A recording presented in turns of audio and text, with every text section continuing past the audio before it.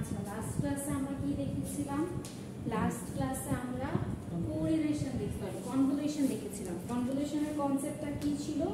কনভলিউশনের কনসেপ্টটা ছিল যে আমার দুইটা সিগন্যাল থাকবে এবং দুইটা সিগন্যালকে আমি কি করতে পারবো, দুইটা সিগন্যালের টাইম ডোমেইনের যদি আমরা কনভলিউশন করি তাহলে ফ্রিকোয়েন্সি ডোমেইনে আমরা তাদের মাল্টিপ্লিকেশন পাবো। এই সূত্র অ্যাপ্লাই করে আমরা দুইটা সিগন্যাল থেকে টাইম ডোমেইনে সিগন্যালটাকে বের করেছিলাম। যদি x1n আর x2n দুইটা, x1n আর হচ্ছে গিয়ে x2n দুইটা সমীকরণ সিগন্যাল হয় টাইম ডোমেইনে, তাহলে ফ্রিকোয়েন্সি ডোমেইনের কনসেপ্টটা এরকম হবে। এটা অ্যাপ্লাই করে আমরা একটা ম্যাথ করেছিলাম, মনে আছে? ম্যাথটার প্রসেসটা কি ছিল? প্রথমে আমরা দুইটা সিগন্যালকে জেড ট্রান্সফর্ম করেছি। এই ধরনের ম্যাথগুলার কনভলিউশনের ম্যাথগুলার স্টেপগুলা হবে যে ইচ টাইম সিকোয়েন্সকে আমি কিসে কনভার্ট করব? ফ্রিকোয়েন্সি ডোমেইনে কনভার্ট করব। ফ্রিকোয়েন্সি ডোমেইনকে কনভার্ট করার পরে আমরা কি করব? দুইটাকে মাল্টিপ্লাই করব।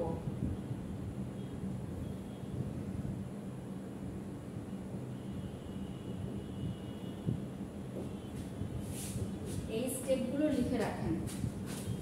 আচ্ছা, দুইটাকে আমরা মাল্টিপ্লাই করার পরে যেটা পাবো সেটাই কিন্তু আলটিমেটলি কি আমার এইটার কি অবস্থা? জেড ডোমেইন অবস্থা, তাই না? সো আমাদের যদি আমাদের টাইম সিকোয়েন্সটা প্রয়োজন হয়, দ্যাট ইজ এক্স এর প্রয়োজন হয়, তাহলে আমরা কি করব? আমরা জেড ইনভার্স অফ কি করব? সেকেন্ড স্টেপে যা রেজাল্ট পাচ্ছি সেটার আমরা কি করব? ইনভার্স জেড ট্রান্সফরমেশন করব। সো ইনভার্স জেড ট্রান্সফরমেশন করলে আমরা কি পাবো? টাইম ডোমেইনের সিকোয়েন্সটাকে পাবো।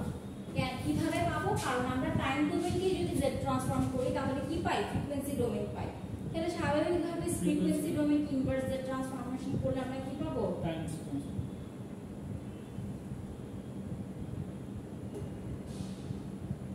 সো এই স্টেপে আমাদের এটার কাজগুলো করতে হবে। এখন হচ্ছে গিয়ে কোরিলেশন প্রপার্টি আমরা দেখব।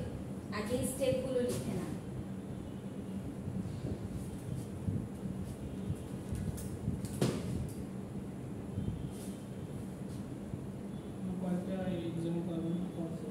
হ্যাঁ, পড়াবো।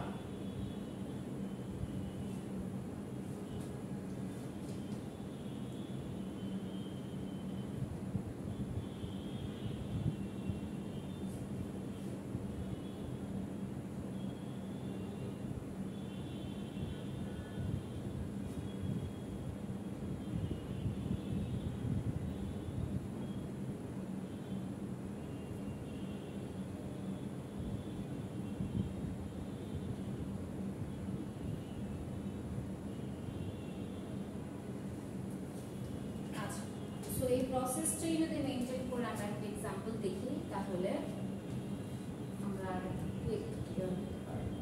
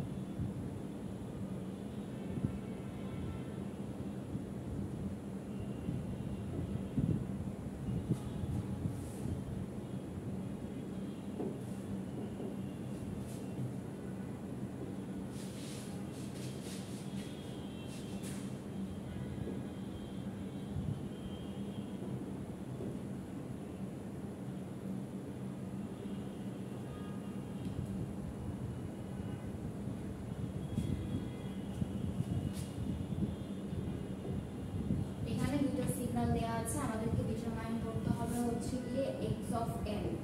তো সেটা আমরা কিভাবে ডিটারমাইন করব? প্রথম স্টেপটা কি করতে হবে? আমাদেরকে জেড ট্রান্সফর্ম বের করতে হবে। সো আমরা যদি x1 অফ z বের করি,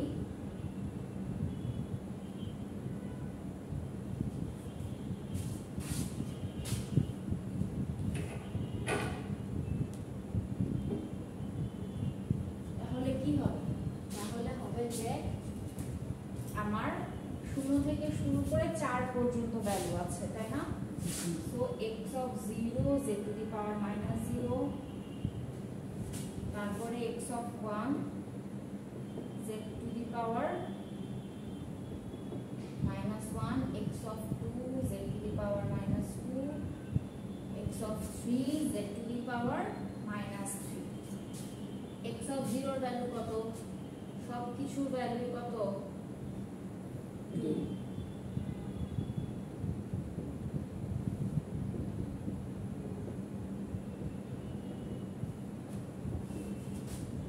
2. z ইনভার্স 0 এটার মানে কি? এটার মানে 2.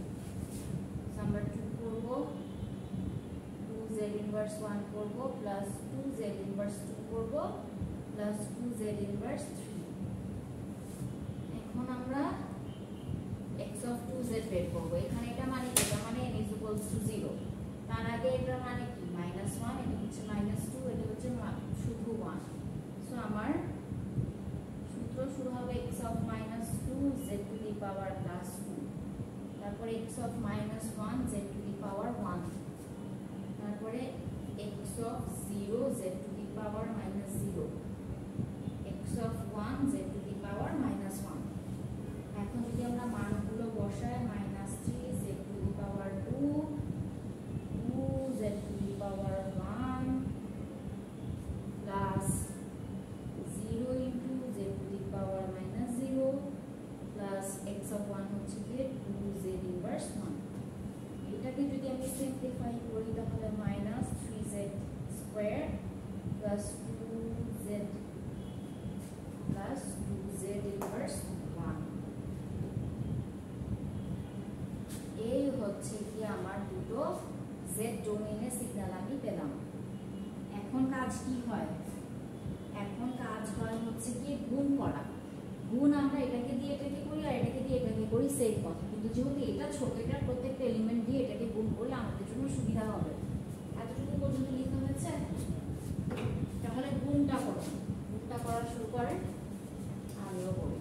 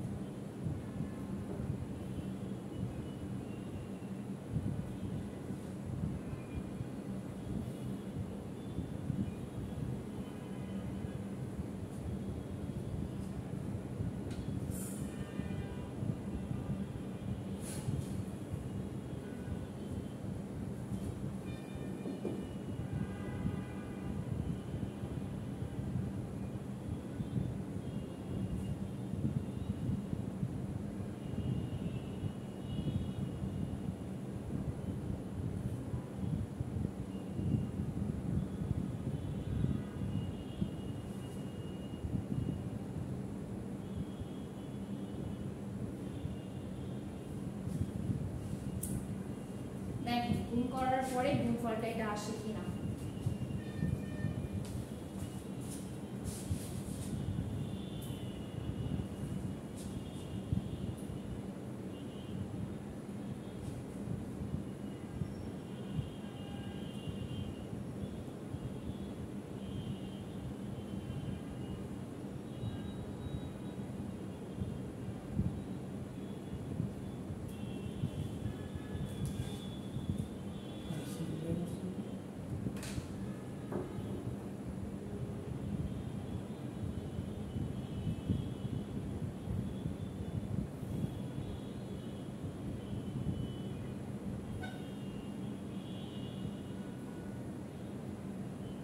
এটা আসে আসে ওকে। এখন যদি আমরা যোগ বিয়োগ করতে যাই, হ্যাঁ, ফার্স্টে আমরা দেখি z টু দি পাওয়ার 2 ওয়ালা কে কে আছে। z টু দি পাওয়ার 2 ওয়ালা কেউ নেই, সো আমরা এটা এইভাবেই লিখে নেব যে -6 z টু দি পাওয়ার 2। ওকে, এখন আমাদের পয়েন্ট অফ কনসার্ন হচ্ছে গিয়ে পাওয়ার 1 ওয়ালা কে কে আছে। পাওয়ার 1 ওয়ালাও কেউ নেই। ওকে, সো -6z ইনভার্স 1 এটাও যা আছে তাই হয়ে যাবে। z টু দি পাওয়ার 0 এটা আলটিমেটলি আমাদের 1, তাহলে z 6, তাহলে আমাদের -6 আর +4 কত হবে? -6 আর +4 -2, তাই না? ওকে, এটার কাজও আমাদের শেষ। এখন আমরা ম্যাম জি এই যে z টু দি পাওয়ার 0 হলো না, কারণ +0 +2 -2 কাটাকাটি চলে গেছে। ওই না প্লাস ছিল না z এর পাওয়ার 1 না এখানে। ম্যাম দ্বিতীয়টাই মানে এই যে এটা ক্ষেত্রে আপনি কেন বললেন যে গুণফল সেম ছিল? না আমি প্রায় দেখেছিলাম, তারপরে এখানে একটা দেখলাম এটা তো স্যার ঠিক নেই। কোথায় z টু দি পাওয়ার 0 হবে না তো, কারণ হচ্ছে দ্বিতীয়টা যদি গুণ দেই z টু দি পাওয়ার -1 আর +1 -1 ছিল না, মাইনাস এই +1 ছিল না, -1 ছিল এটা -1 ছিল। এই যে এটা এইটার পাওয়ার হ্যাঁ এটার পাওয়ার শুধু 2z ছিল। শিওর হ্যাঁ, যে আমার তো যুক্তি একটা আপনি z ট্রান্সফরমারটা দেখেন না x2 এর। বড় লাইনে শিওর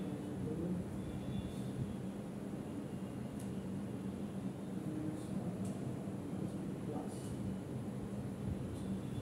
ঠিক আছে জি ঠিক আছে।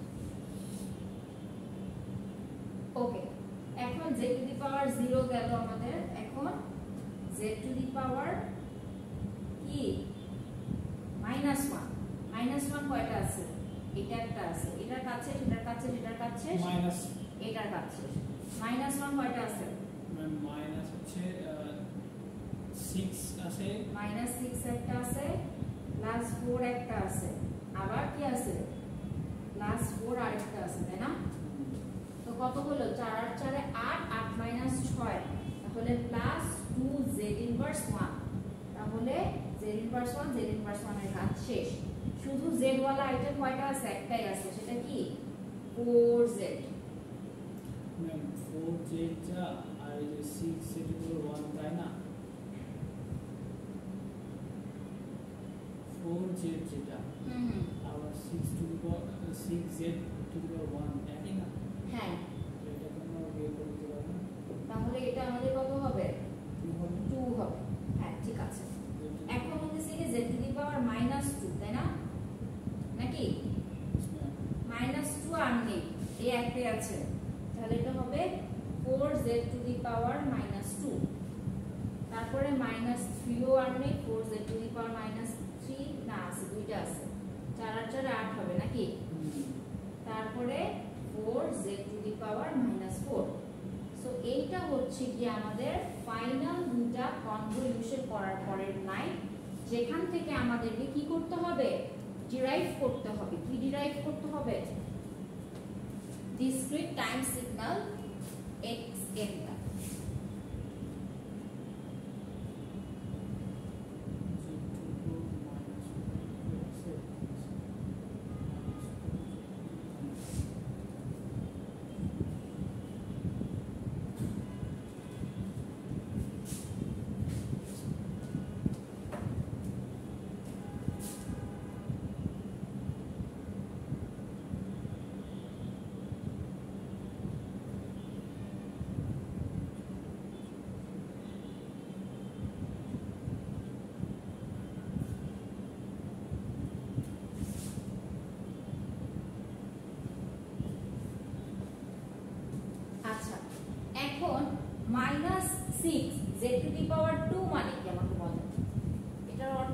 এটা না যে x এর পাওয়ার -2, তাই না? এই জিনিসটা এটা না, কারণ যেহেতু আমার z এর পাওয়ারটা 2, z এর পাওয়ার 2 লিখলাম। তারপরে কি z টু দি পাওয়ার 1, এটার অর্থ হচ্ছে কি x এর পাওয়ার -1 z এর পাওয়ার 1। তারপরে টার্মটা কি শুধু 0, মানে হচ্ছে কি x of 0 z to the power -0 বা 0, -0 তো না 0 গেল। এতটুকু পর্যন্ত আমরা লিখলাম। এরপরে আমাদের কি x of 1 z to the power -1, তারপরে কি x of 2 z to the power -2, x of 3 z to the power -3, x of 4 z to the power -4। এখন x of -2 এর ভ্যালু কত? -6 z to the power 2। x of -1 এর value কত? কত? -2, তাহলে -2 z to the power 1 আর plus আমাদের x of 0 এর ভ্যালুটা হচ্ছে কি জাস্ট -2। না আবার z কোথায়? কি বলেন বুঝলাম না। আমি না হচ্ছে হ্যাঁ, আমি জাস্ট ভ্যালুগুলোকে আবার সাজায় লিখতেছি, এরপরে আমি মেইন জিনিসটা লিখবো, ভ্যালুগুলো লিখবো। সুবিধার জন্য আমি এই লাইনটার পরে আবার এই লাইনটা লিখতেছি, ঠিক আছে? তো এখন এটার জন্য আমি লিখলাম 2, তারপরে কি লিখবো? x of 1 এর ভ্যালু কত? 2 না, তাই আমি 2z ইনভার্স লিখেছি। কোন ভ্যালুর জন্য কোনটা লিখতেছি তবেই না আমি সেকেন্ড ব্র্যাকেটের ভ্যালুটা লিখতে পারবো সহজে, ঠিক আছে? 2z ইনভার্স, তারপরে গুলো কি সিমিলার 4z,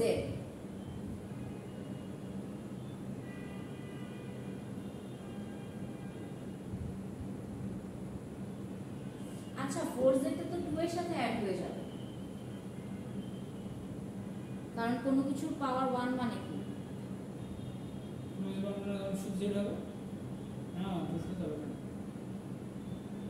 এটা সহ কি হবে বলেন? ম্যাম এইটার এটা এক জায়গায় করেন আপনি কোনটা? এই যে -2 z টু দি পাওয়ার 1 আর +4 z টু z, হ্যাঁ এটা অ্যাড করেন। তাহলে এটা হবে +2 লাইক ম্যাম +2 হবে তাহলে এটা। ওকে, তাহলে এরপরটা হচ্ছে 4z inverse 2 plus 8z inverse 3 plus 4z inverse 4। এই ক্যালকুলেশনটা একটু ঠান্ডা মাথায় করতে হবে। আমি একটুখানি ঠিক করে নিই। হ্যাঁ, করে না।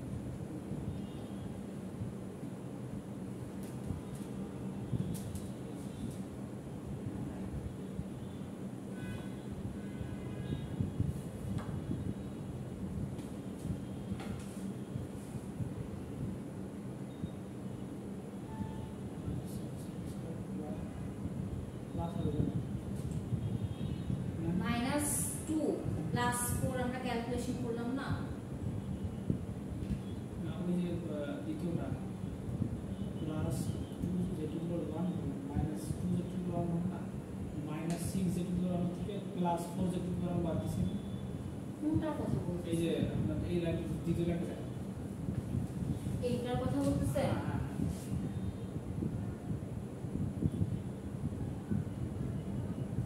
এটা মানে হচ্ছে আমি গুণ করে গুণটা মনে হয় আমাদের একটু মিষ্টি হচ্ছে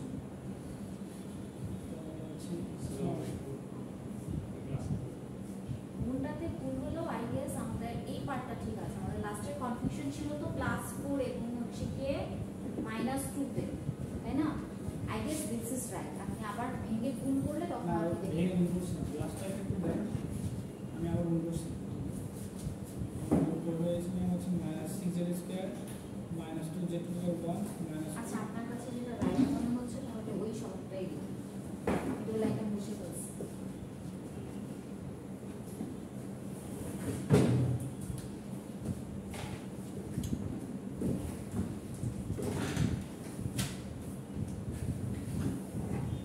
মেইন কনসেপ্টটাই হচ্ছে কি আমাদের প্রথমে ডিসক্রিট টাইম সিকোয়েন্স থেকে z ট্রান্সফরমেশন করে x1z আর x2z বের করতে হবে।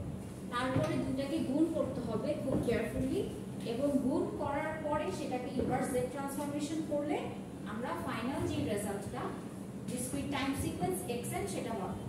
সো প্রসিডিউর সেম, ঠিক আছে? আপনি অ্যানসারের টেন্টেটিভ লাইনটা এই দুটো লাইন তুলে রাখেন যে এরকম হলে এই লাইনটা হতে পারে, বাকি আপনি মিলিয়ে দিন।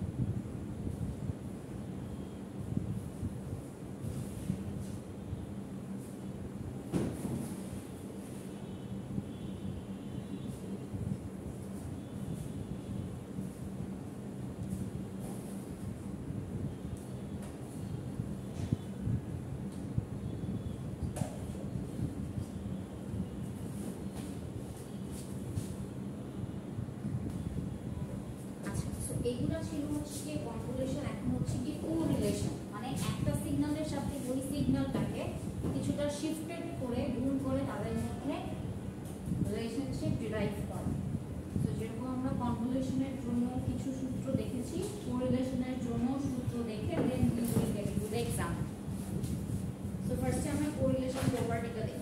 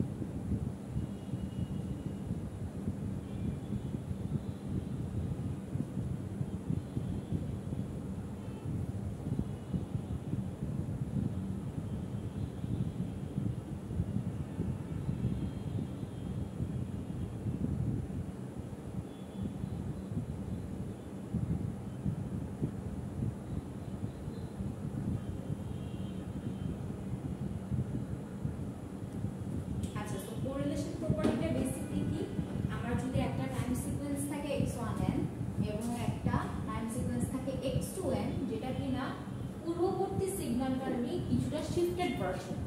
এটার ক্ষেত্রে আমি কোরিলেশনটাকে প্রকাশ করতেছি পরের যে শিফটেড ডোমেইনটা থাকতেছে ওই ডোমেইনে, এবং সেটার জন্য আমার সূত্রটা হচ্ছে কি এটা হচ্ছে কি টাইম ডোমেইনের সূত্র, আর এটা হচ্ছে কি ফ্রিকোয়েন্সি ডোমেইনের সূত্র। সো কোরিলেশন প্রপার্টিটা লিখো, হ্যাঁ, বা ডিরাইভ করো, এরকম বলা থাকলে জাস্ট এই প্রপার্টিটা লিখলেই হবে। আর এরপরে আমাদের পয়েন্ট অফ কনসার্ন হচ্ছে গিয়ে ম্যাথ করা, হ্যাঁ, এই কোরিলেশন প্রপার্টিটা অ্যাপ্লাই করে এক্সাম্পল করা। আমাদের তো আরো দুটো ক্লাস আছে নাকি?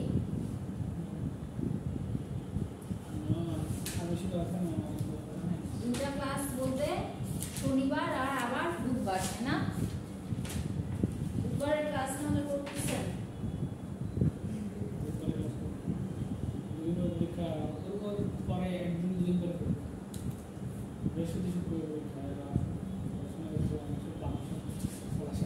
শনিবার দিন, তাহলে আমাদের ক্লাস টেস্ট আছে না?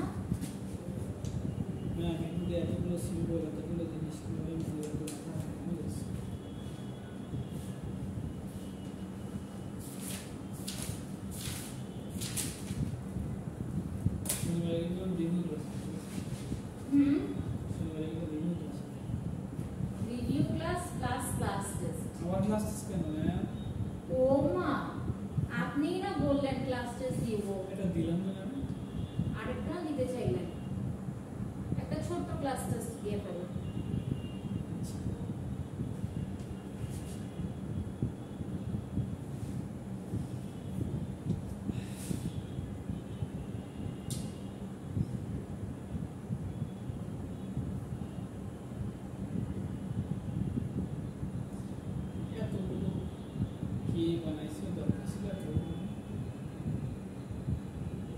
আপনাদের তো তাও সময় আছে, আমরা এই কোর্স করছি হচ্ছে কি 3 মাস।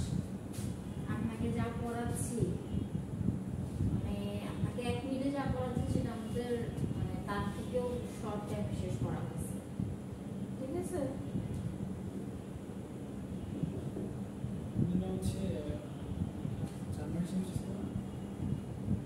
হ্যাঁ, কিন্তু তার 4 মাস কি আর 4 মাস হয়? 4 মাস তো হয় না আমাদের, 6 মাসটা আমাদের 4 মাস 5 মাস। সো আমার টার্গেট এই হচ্ছে, সেমিস্টার তো মনে করেন 4 মাস হচ্ছে।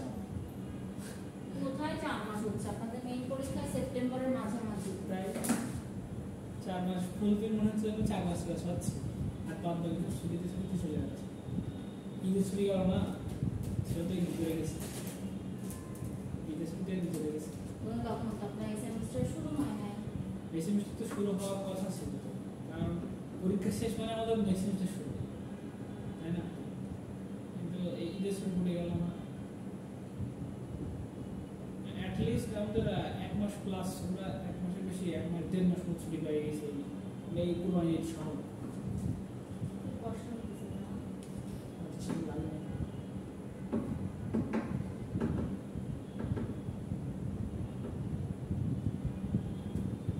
ওকে, আমরা ফাংশন বুঝি না যে f of x is equals to something যদি হয়, তাহলে f of 5 কি হবে? x এর জায়গায় 5 এর মান বসানো, তাই না? কিন্তু যখন আমরা z ইনভার্স অপারেটর হিসেবে ইউজ করি তখন কিন্তু কাজ হয়, তাই না? ইনভার্স z ট্রান্সফরমেশন হয়। কিন্তু একটা জায়গায় যদি আমার x of z একটা লেখা আর x of z ইনভার্স মানে কি, যে যে জায়গায় z আছে সেই সেই জায়গায় z ইনভার্স হয়ে যায়। ওকে, এই কনসেপ্টটা ক্লিয়ার থাকলে I guess we can get started. So এখানে কি মনে হচ্ছে প্রথম স্টেপটা কি হতে পারে? অবশ্যই z ট্রান্সফরমেশন তো বের করতেই হবে। সো আমরা x1 n থেকে আমরা x1 of n থেকে বের করি হচ্ছে গিয়ে x1 of z, which is কি হবে বলেন? এখানে কোনো তীর দেওয়া নাই, তাহলে আমি কি ধরে নিব? এটা হচ্ছে 0, এটাই হচ্ছে কি 0, তাহলে হবে 1 minus 2 z inverse 1, 1 minus 2 z inverse 1 plus 1 কি করলেন? মাইনাস 2। ও মা, কি করলাম? যে ইনভার্স -1 ডিরেক্টলি লিখলাম। হচ্ছে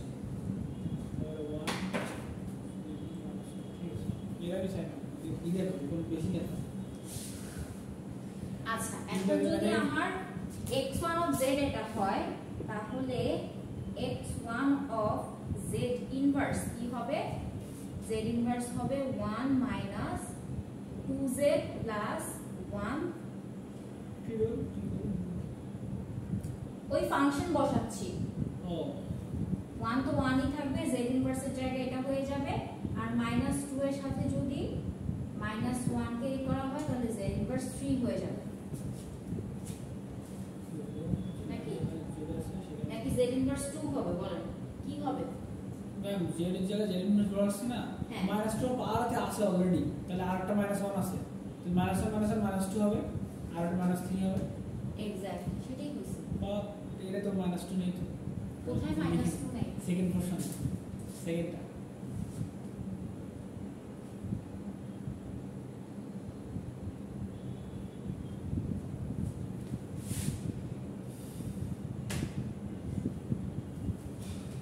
এখন x2 of z বের করতে হবে এটা দিলাম কেন না ইনভার্স এসে পোরশন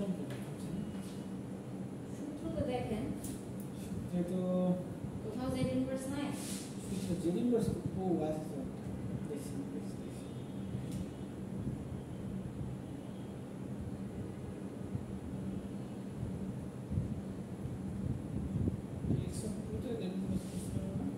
আচ্ছা দেখি কি করা যায় তারপরে আমাদের x2n আগে x2n কে আমরা একটা ফাংশন বানাই ওকে এই ফাংশনটা কি রকম ফাংশন হবে বলেন যে হতে 4 পর্যন্ত 1 হবে তাহলে পাঁচটায় এখানে লেস দেন আর ইকুয়াল আসলে তো 5 টাও নিতে হবে তো আমাদের হ্যাঁ ম্যাম কিন্তু আগের মাসে কিন্তু আমরা একটা মানে কম রেখেছি নাকি 4 পর্যন্ত ছিল আগের মাসে না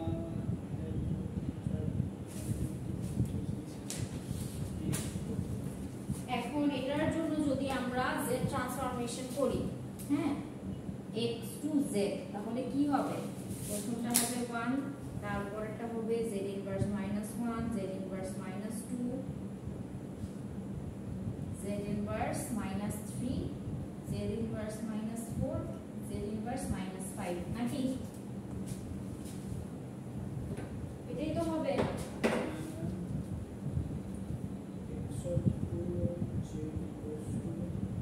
জিরো থেকে না 1 প্লাস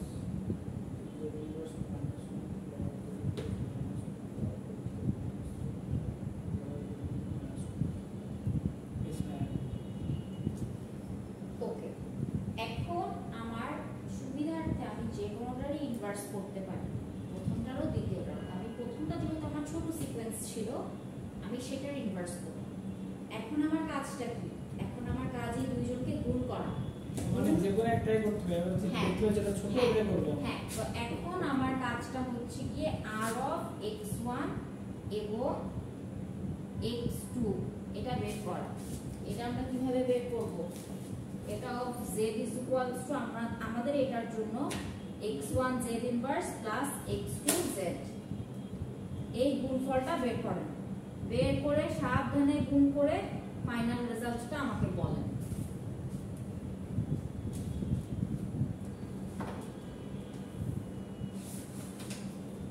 এটা আজকে ক্লাসে করলে আমাদের আর একটা টপিক আমরা করব নেক্সট আবার ক্লাসে একটা যদি নেক্সট ক্লাস লাস্ট ক্লাস না হ্যাঁ নেক্সট ক্লাসে হচ্ছে কি আমরা তাহলে ক্লাস টেস্ট নিব আর রিভিউ করব তার টপিক আছে নেক্সট ফাইনাল আচ্ছা কোন করতে হবে না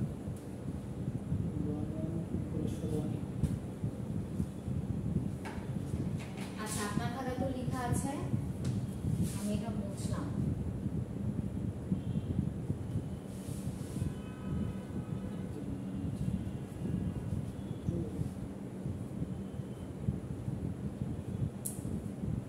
সাবধানে আস্তে আস্তে তাড়াহুড়া না করে গুণটা করতে হবে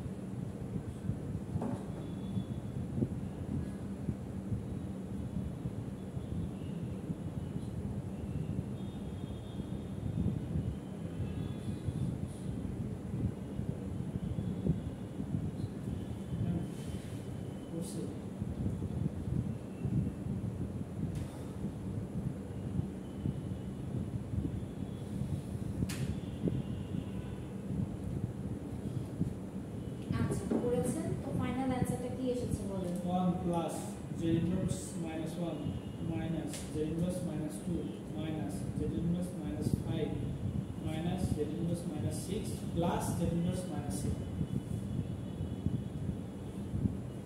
ওকে বলেন বলেন 1 plus 1 plus z inverse minus 1 z inverse minus 1 minus z inverse minus 2 z inverse minus 2 minus minus z inverse minus 5 z inverse minus 5 minus minus z inverse 6 z inverse 6 plus z inverse minus 7। z inverse minus 7। আচ্ছা so এইটা আসলে হচ্ছে কি আমার rx1 x2। এখন আমাদের এখান থেকে যদি বের করতে হয় স্মল এটা করতে হলে সেক্ষেত্রে আমাদেরকে কি করতে হবে? ইনভার্স সো আমাদের r অফ x1 x2 এটাকে আমরা lb নির্দেশ করব। সেক্ষেত্রে আমাদের এটা পুরোটুকুই কজাল সিগন্যাল না নাকি? এখান থেকে শুরু হচ্ছে, এটা সহগ কি 1, এটা সহগ -1, এটা সহগ -1, তারপরে -1 -2 আছে, 3 এর সাথে কেউ আছে? নেই। 4 এর সাথে কেউ আছে? নেই। 5 এর সাথে আছে -1, 6 এর সাথে আছে -1, 7 এর সাথে আছে +1। সো এটাই হচ্ছে কি আমাদের অ্যানসার। 1 2 3 4 5 6 প্রসেস কিন্তু কোরিলেশন এবং কনভলিউশনের অলমোস্ট সেম, তাই না? হ্যাঁ আমি তাহলে এই কনভলিউশন একটা জায়গায় একটু ডিফারেন্স, সেটা হচ্ছে কি ইনভার্স জেড ট্রান্সফরমেশন আমাদেরকে করতে হবে। মানে হচ্ছে ওই কোরিলেশনে ঠিক আছে। আর না হচ্ছে এই যে কনভলিউশনের এ লাইনের না কোনো সমস্যা আছে? ওটা লাইনটা না না না, ওটা আমি আপনার বোঝার জন্য আমি লিখছি। ডিরেক্ট হচ্ছে যেহেতু আমি সব ঠিক আছে, দেখতে ঠিক আছে। -6 আছে তাহলে -6 এখন আমরা আরেকটা एग्जांपल করি কোরিলেশনের, তাহলে আমাদের ক্লাস আজকে শেষ।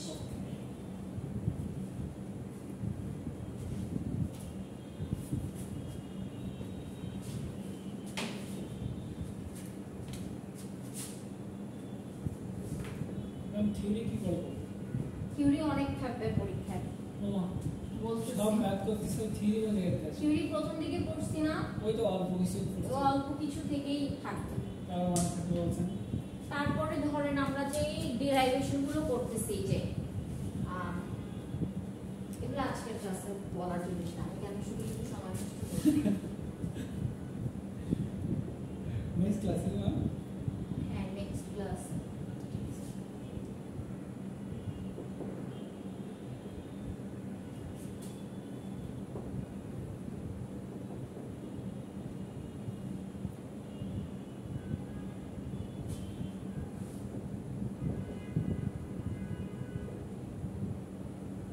মানে হোমওয়ার্ক থাকা আমরা আটটা করে আমরা কেন? তাহলে ভালো হয় না? আমি তো নেক্সট এক্সাম মানে স্টুডেন্ট আমি একটা ল্যাব পারফরম্যান্সটা করে দেখাবো, আমি করে নিয়ে আসি তাই না? ইনশাল্লাহ পারবেন না বললে তো একটু পারবেন না সমস্যা করে ফেলি, সময় আছে। আচ্ছা এরপরে কি ক্লাস? এরপরে পাওয়ার সিস্টেম কার? আছে এখানে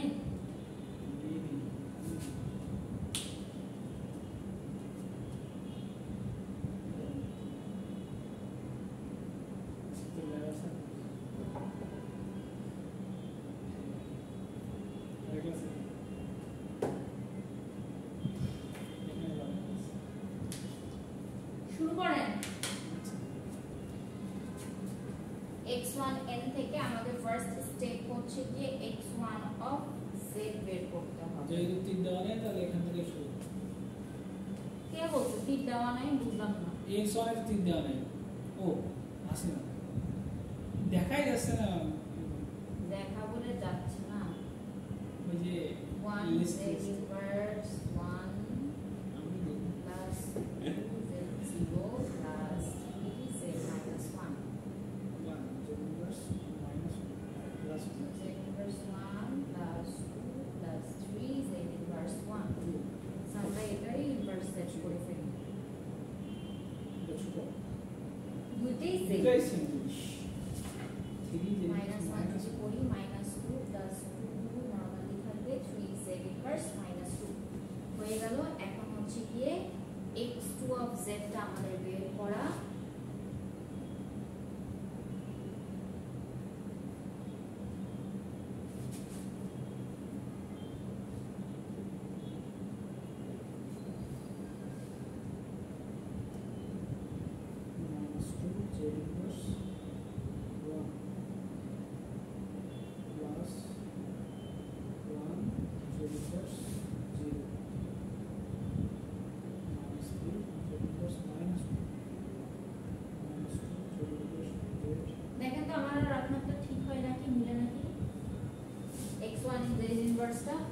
x1 এর জন্য আসছে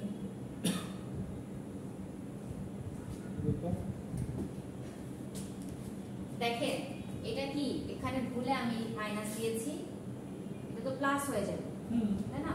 তো z1 হ্যাঁ হ্যাঁ এখন z1 এর সাথে z -1 1 - 1 কত হয়?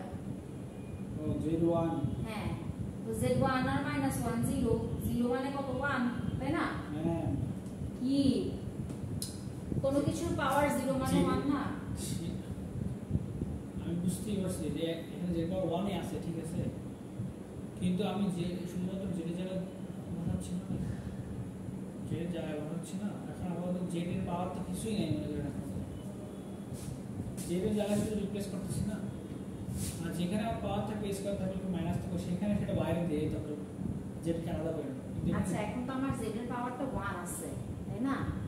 কিন্তু এই 1 কে ধরা যাবে এখন? হ্যাঁ ধরা যাবে, ধরতে হবে তো, it's a z, it is a power. তা আপনি 1 এর সাথে 1 - 1 করবেন না? করবেন তো, যা আছে সব আপনি আগে হতে ইউজ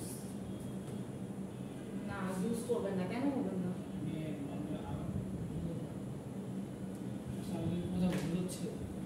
শুনে আপনি যদি ক্যালকুলেশন করার পরে যেটা হবে সেটা চিন্তা করে আপনি আগেই তো কোনো কিছুকে বাদ দিয়ে দিতে পারেন না। না না বাদ দিচ্ছি না, বলছি যে আমরা জেড এর রিপ্লেসে জেড ইনভার্স 1 বসাচ্ছি। হ্যাঁ ঠিক আছে, তাহলে আমি যেখানে যেখানে জেড আছে ওখানে ওখানে জেড ইনভার্স 1 বসাই, যদি আমাদের মনে হয় আগে মেথড একটু ভুল হয়েছে না, ওইটা ওই প্রসেসেই তো করতে হবে।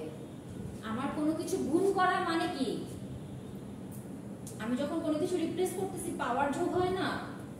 ম্যাম এখানে আমি একটুখানি বলি, যখন আমার Z inverse -1 into Z inverse 1 হবে তখনই আমি জেড ইনভার্স -1 প্লাস 1 করে জেড ইনভার্স। তো এখানে আলটিমেটলি আমি রিপ্লেস করতেছি মানে কি, রিপ্লেস করার মানে আমি পাওয়ারটা তো যোগ হতে হবে। ম্যাম রিপ্লেস করলে তো আমি যাই এই যে জেড ইনভার্স 1 এটা বসাতে কাজ জায়গায় জেড এর জায়গায়, আর এখানে যদি জেড এর পাওয়ার সাপোজ -2 আসে তাহলে আমি কি করছি এই জেড এর জায়গায় জেড ইনভার্স 1 কে ট্রান্সফর্ম করে দিচ্ছি, তাহলে এখানে থাকবে -1 এর পাওয়ার আছে -2 অ্যাকচুয়ালি তো হবে না, এরকম -1 প্লাস জেড স্কয়ার হবে।